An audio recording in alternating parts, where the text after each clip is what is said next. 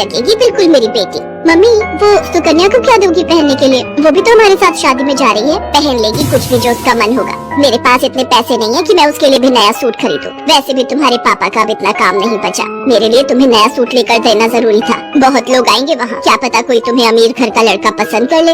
अरे सरिता, कभी कभी अपनी बड़ी बेटी सुकन्या के बारे में भी सोच लिया करो। वो बेचारी भी तो शादी लायक है।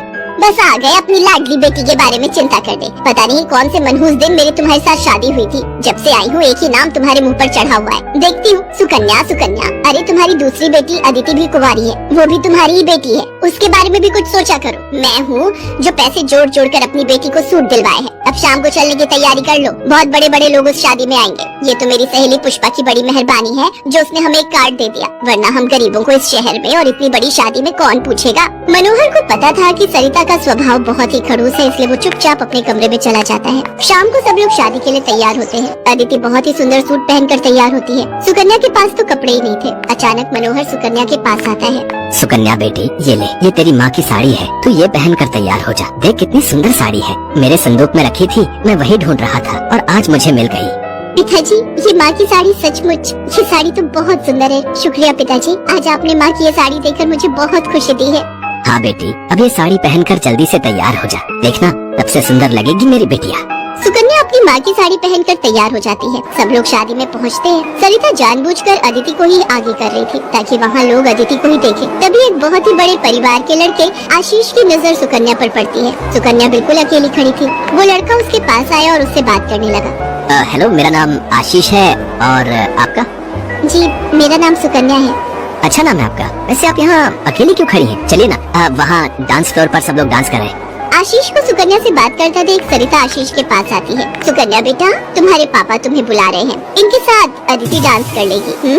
अब हाँ, क्यों नहीं, प्लीज। मनोहर ने तो सुकन्या को बुलाया ही नहीं था। ये सब तो सरिता की चाल थी। थोड़ी देर बाद सुकन्या फिर से खड़ी थी। अदिति आशीष के साथ डांस करने लगती है। आशीष अभी भी सुकन्या की तरफ ही देख रहा था। शायद उसे सुकन्या पसंद आने लगी थी। आशीष पूरी शादी में सुकन्या से बात करने की कोशिश करता रहा, पर बार बार सरिता अदिति को बीच में लाने लगी। पर आशीष के मन में तो कुछ और ही चल रहा था। एक दिन जब सुकन्या घर के काम कर रही थी तो अचानक मनोहर के साथ आशीष और उसके माता पिता आ जाते हैं। सरिता, जाकर जल्दी से चाय नाश्ते का इंतजाम करो। घनश्याम जी अपने बेटे आशीष का रिश्ता हमारी सुकन्या के लिए लेकर आए हैं।